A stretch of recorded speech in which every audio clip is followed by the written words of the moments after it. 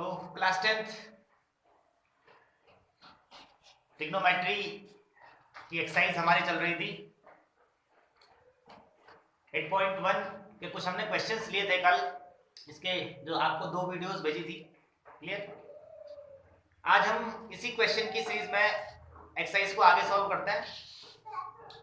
8.1 exercise हमारी start है। आज उसका मैं क्वेश्चन नंबर 7 ले रहा हूं, क्योंकि इससे पहले जो क्वेश्चन बच गए हैं वो सेम उसी पैटर्न पे है जो मैंने आपको पढ़ाए हैं, जो कल कराए थे आपको दूसरी वीडियो में।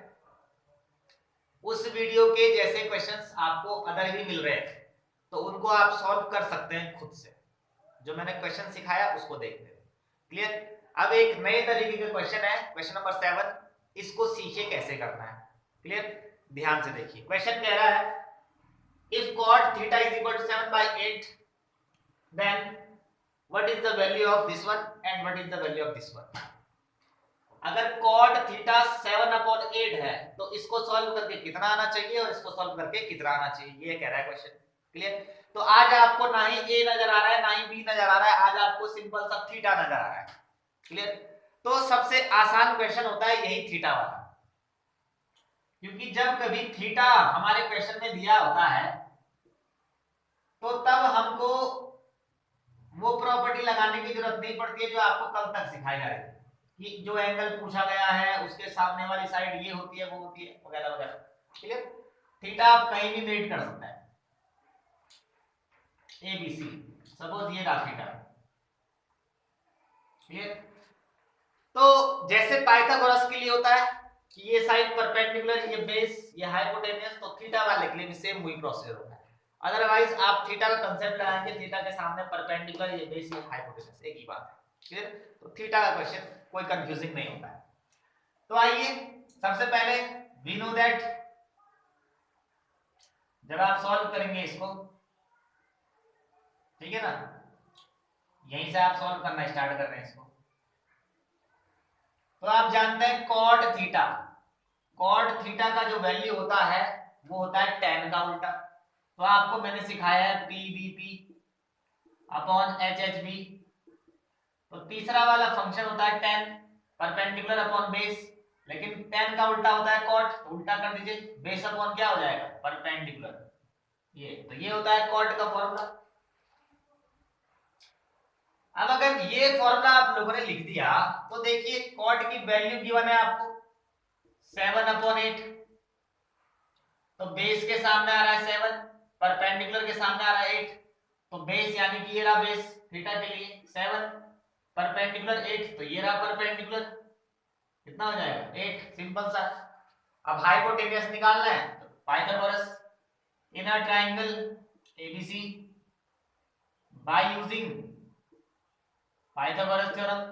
त्रिभुज एबीसी में पाइथागोरस की प्रमेय से क्या होता है, कर्ण का वर्ग बराबर लंब का वर्ग धन आधार का वर्ग, hypotenuse square is equal to perpendicular square plus base square. Hypotenuse कौन होता है, 90 के सामने AC, परपेंडिकुलर स्क्वायर कौन है, परपेंडिकुलर AB, थीटा वाले के लिए यही होगा परपेंडिकुलर, ये plus remaining side base BC। AC आपको निकालना है, AB आपको दे रखा है 8, 8 का स्क्वायर, BC भी दे रखा है 7, 7 का स्क्वायर, 8 का स्क्वायर होता है 64, 7 का होता है 49, ऐड कर दीजिए दोनों को, 113 आ जाएगा। आपको AC स्क्वायर चाहिए, AC चाहिए तो यहां से स्क्वायर हट जाएगा और उधर लग जाएगा अंडर रूट, ये AC का वैल्यू आ गया। क्या दिक्कत है इसमें, अंडर रूट 113। लेकिन सर हमें तो ये सॉल्व करना है, तो बेटा जब तीनों साइड मिलेंगी साइन और कॉस मिलेगा तभी तो इसको सॉल्व करोगे। तो इतना करने के बाद सबसे पहले ये सॉल्व तब होगा बच्चों जब साइन थीटा और कॉस थीटा निकालोगे। तो पहले साइन थीटा निकालो, देखो sine theta perpendicular upon hypotenuse, तो sine theta is equal to perpendicular, कौन है परपेंडिकुलर, AB, हाइपोटेन्यूस कौन है, AC, तो sine theta is equal to AB का वैल्यू 8, AC का वैल्यू अंडर रूट 113। तो इस क्वेश्चन में जहां पर साइन थीटा लिखा है मेरे बच्चों, वहां आएगा 8 अपॉन अंडर रूट 13 113। इस तरीके से cos theta is equal to base upon hypotenuse. कौन है बेस? BC। कौन है hypotenuse? AC। cos theta is equal to BC का वैल्यू कितना है? 7। AC का वैल्यू कितना है? 100 अंडर रूट 13 तो cos थीटा की जगह पर ये वैल्यू रखेंगे बेटा यहाँ, और sin थीटा की जगह पर ये वैल्यू रखेंगे बेटा यहाँ। आ गई बात समझ में? तब जाकर के होगा बच्चों ये क्वेश्चन सॉल्व। आई होप आप मेरी इस चीजों को समझ रहे होंगे। तो मैंने ये सब निकाल दिया। अब मैं ये पार्ट 1 पार्ट 2 को सॉल्व कर रहा हूं, तो उसके लिए मुझे ये पहले बिठाना होगा, और आप इस क्वेश्चन को यहां से आगे सॉल्व करेंगे, ठीक है ना?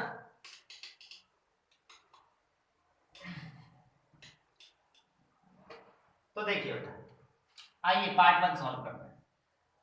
1 प्लस साइन थीटा कितना आया था बेटा? साइन थीटा का value 8 upon 100 under root 13 minus same वही 8 अपॉन अंडर रूट 113। दोनों जगह एक ही तो चीज रखनी है, divided by 1 plus cos theta. कितना आया था कॉस का वैल्यू? 7 अपॉन 113 अंडर रूट के अंदर 1 माइनस कॉस थीटा सेम वही 7 अपॉन अंडर रूट 113। तो रख दिया। देखो साइन की जगह साइन का वैल्यू, कॉस की जगह कॉस का वैल्यू। अब याद करिए, जब आप प्रीवियस की छोटी क्लासेस में थे तो आपने एक फॉर्मूला पढ़ा था, a plus B A minus B is equal to A square minus B square. पढ़ा था बेटा ऐसे कुछ? तो करो compare, a plus B A minus B, same यही फॉर्मूला यहाँ नीचे भी देखो, a plus B A minus B. तो दोनों का आंसर क्या हो जाएगा इनका? A square minus B square. तो ए ये है, बी ये है, ए ये है, बी ये है। तो आइए ऊपर वाले में पहले ए स्क्वायर यानी कि 1 का स्क्वायर माइनस बी स्क्वायर यानी कि 8 अपॉन अंडर रूट 113 का whole square is divided by same नीचे वाले में भी ए का स्क्वायर यानी कि 1 का स्क्वायर माइनस बी यानी कि 7 अपॉन अंडर रूट 113 का होल स्क्वायर। क्या दिक्कत है? कोई परेशानी है? नहीं है। 1 का स्क्वायर कितना होता है? 1 माइनस 8 का स्क्वायर कितना होता है? 64। लेकिन देखो ये जो स्क्वायर है वो 8 का भी है और नीचे वाले का भी है, तो 8 का स्क्वायर कितना हो जाएगा? 64। लेकिन अंडर रूट 130 का स्क्वायर जब करेंगे तो उसके स्क्वायर से उसका रूट क्या हो जाएगा? कैंसिल। तो वो क्या बचेगा? 130। स्क्वायर से अंडर रूट कैंसिल हो जाता है बेटे। डिवाइड बाय सेम यहाँ भी 1 का स्क्वायर 1 माइनस इसका भी स्क्वायर करना है, इसका भी स्क्वायर करना है, 7 का square 49 divide by under root 113 का स्क्वायर करेंगे तो रूट हट जाएगा स्क्वायर से, तो 130। क्लियर? अब देखिए बेटा कितना सिंपल है। 113 बन जा 113 minus 64 divide by 113 whole divide 113 बन जा 113 माइनस 49 डिवाइड बाय 113। क्लियर बेटा? अब आइए सब्ट्रैक्ट कीजिए। 113 में से 64 गया तो कितना बचता है? 49 divide by 113। Clear? Whole divide 113 में से 49 गया तो कितना बचता है? 64 डिवाइड बाय 113। क्लियर? अब कंसेप्ट याद कीजिए, फ्रैक्शन के नीचे फ्रैक्शन हो तो ऊपर का फ्रैक्शन एज इट इज रहता है, भिन्न के नीचे भिन्न हो, फ्रैक्शन के नीचे फ्रैक्शन हो तो ऊपर वाला एज इट इज और नीचे वाला जो होता है वो मल्टीप्लाई मार के क्या हो जाता है? रेसिप्रोकल, उल्टा हो जाएगा। 113 बाई 64, ये ऊपर वाला वैसे ही रहेगा लेकिन नीचे वाला मल्टीप्लाई मार गुणा मार जाएगा, उल्टा हो जाएगा, पलट जाएगा। 113 से 113 क्या हो जाएगा? कैंसिल। तो बचा कितना? 49 डिवाइड बाई 64। ये क्या हो जाएगा? आपका आंसर हो जाएगा। क्लियर? पहला पार्ट आपका आंसर ये है 49 बाई 64। दूसरा पूछा है cot square theta. Second part क्या लिखा है? Cot square theta. क्या दिक्कत है बेटा? ये तो है कॉट थीटा का वैल्यू 7/8, तो इसी का तो स्क्वायर करना है। कॉट का वैल्यू पहले दे रखा है ना 7/8, ये 7/8, तो कॉट का स्क्वायर करना मतलब 7/8 का स्क्वायर करना है। ये तो 7/8 का क्या हो जाएगा होल स्क्वायर। तो 7 का स्क्वायर कितना होता है 49 और 8 का स्क्वायर कितना होता है 64। Answer clear. तो सिंपल सा क्वेश्चन था, इस तरीके से आप लोग को ये क्वेश्चन सॉल्व करना है। देखिए बेटा आगे बात करते हैं बेटा एक्सरसाइज में। ये आपका एक्सरसाइज का लास्ट क्वेश्चन है, ठीक है ना। और ये बोर्ड एग्जाम के लिए बहुत इंपॉर्टेंट क्वेश्चन है, बोर्ड एग्जाम में पहले ही पूछा गया है। तो आप चेक कर लीजिए, मैंने यहाँ पर क्वेश्चन लिखा नहीं है, ठीक है। 8.1 एक्सरसाइज का question number 10 clear. Question number 10 कह रहा है कि एक ट्राइंगल है PQR, इस तरीके से एक ट्राइंगल आपके पास PQR है। क्वेश्चन कह रहा है जिसका Q राइट एंगल है, यानी कि जिसका Q क्या है समकोण है, Q पर 90 का एंगल बन रहा है, ये क्वेश्चन कह रहा है, गिवन है 90 क्लियर। इस क्वेश्चन में क्वेश्चन कह रहा है PQ आपका 5 है, PQ जो ये PQ है इसका वैल्यू है 5 सेंटीमीटर क्लियर। और एक रिलेशन आपके पास दे रखा है ये PR plus QR is equal to 25। तो क्वेश्चन कह रहा है find sin P cos P tan P, यानी कि एंगल P पर बनना है क्लियर। तो किस तरीके से हम करेंगे जब आप इसको सॉल्व करेंगे क्लियर। तो जो ये आपको PR plus QR is equal to 25 दे रखा है, इसको सबसे पहले इक्वेशन 1 बना दीजिए। बहुत इंपॉर्टेंट क्वेश्चन है बेटा, एग्जाम में कई बार पूछा गया 3 मार्क्स में। तो सबसे पहले इस इक्वेशन को इक्वेशन फर्स्ट नाम दो। अब ट्राइंगल आप पता है ट्रिग्नोमेट्री जब भी हम पढ़ रहे थे तो पाइथागोरस लगा रहे हैं, तो आइए पाइथागोरस भी अप्लाई करते हैं इस पर। In a triangle PQR by using Pythagoras theorem. क्या होता है Pythagoras, hypotenuse square is equal to perpendicular square plus base square. Clear बेटा।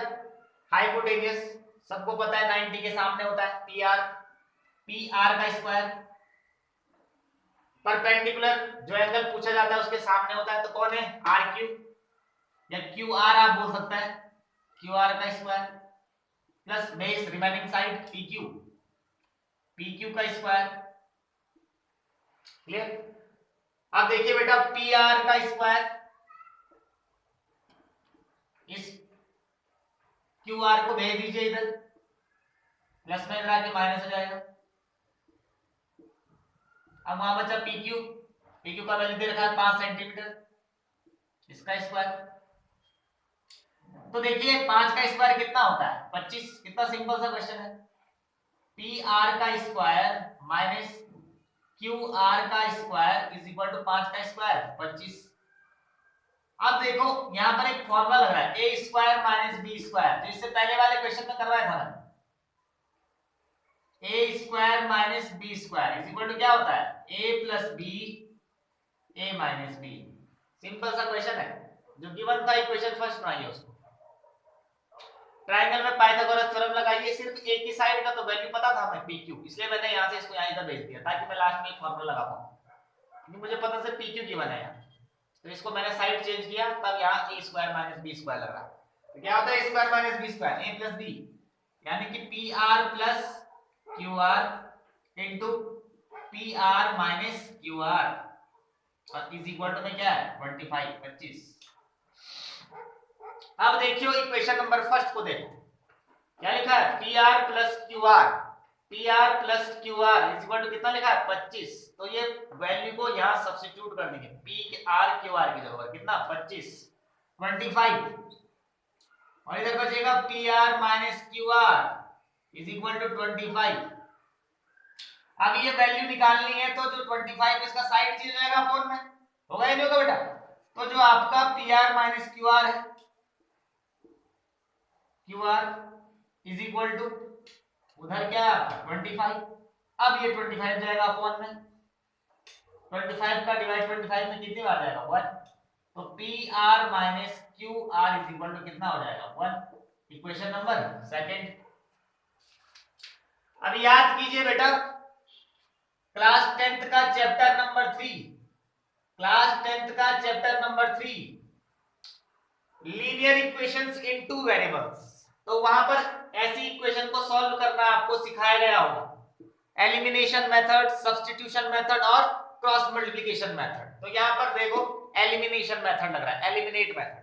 तो ये माइनस में QR है, और ये प्लस में क्यू आर है। अगर हम इन दोनों को ऐड कर दें, आइए add equation first and second, दोनों को ऐड कर दीजिए। तो आइए P R plus Q R is equal to 25, इसको ऐड करना है इक्वेशन नंबर सेकेंड, यानी कि P R minus Q R is equal to 1।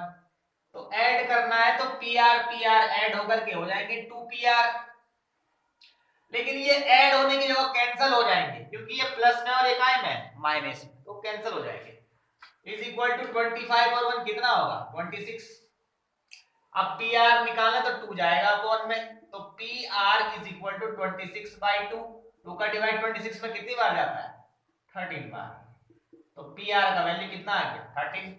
ये पी आर है 13 है बच्चों। अब सर पी आर भी निकाल दिया, अब क्यू आर कैसे निकालें, एक अभी और बचा है क्यू आर, तो वही मेथड जो आप वहां एलिमिनेशन मेथड सब्स्टिट्यूशन मेथड में पढ़े थे। अब ये पी आर का value equation first equation second किसी में भी रखो, वहां से क्यू आर मिल जाएगा। तो आइए पुट करते हैं इक्वेशन फर्स्ट में, put the value of P R in equation first, पहली इक्वेशन में रख दो पी आर की जगह पर, तो पी आर है यहाँ पर 13, तो 13 आ जाएगा, प्लस क्यू आर आपको निकालना है is equal to 25, Q R निकालना है प्लस 13 कर जाए क्या हो जाएगा माइनस, तो Q R is equal to 25 minus 13, तो Q R is equal to 25 में से 13 दिया मेरे बच्चों, तो कितना बचता है आपका बताइए 12, तो क्यू आर कितना हो जाएगा मेरा 12 हो जाएगा।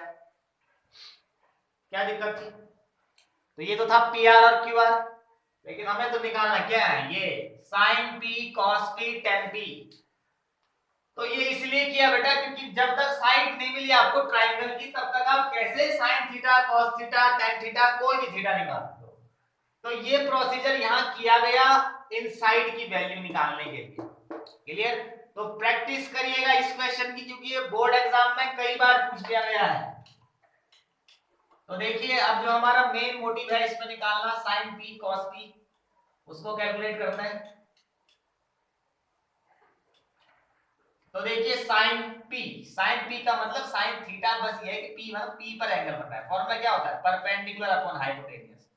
तो आइए पी पूछा गया, पी के सामने होता है परपेंडिकुलर यानी क्यू आर, हाइपोटेन्यूज 90 के सामने पी आर, तो sine P is equal to Q R का वैल्यू है 12, पी आर का वैल्यू है 13, आंसर कॉस पी क्या होता है बेस अपॉन हाइपोटेनियस, कौन है बेस पी के सामने होता है परपेंडिकुलर, तो जो रिमेनिंग है वो बेस है, हाइपोटेनियस हमेशा 90 के सामने,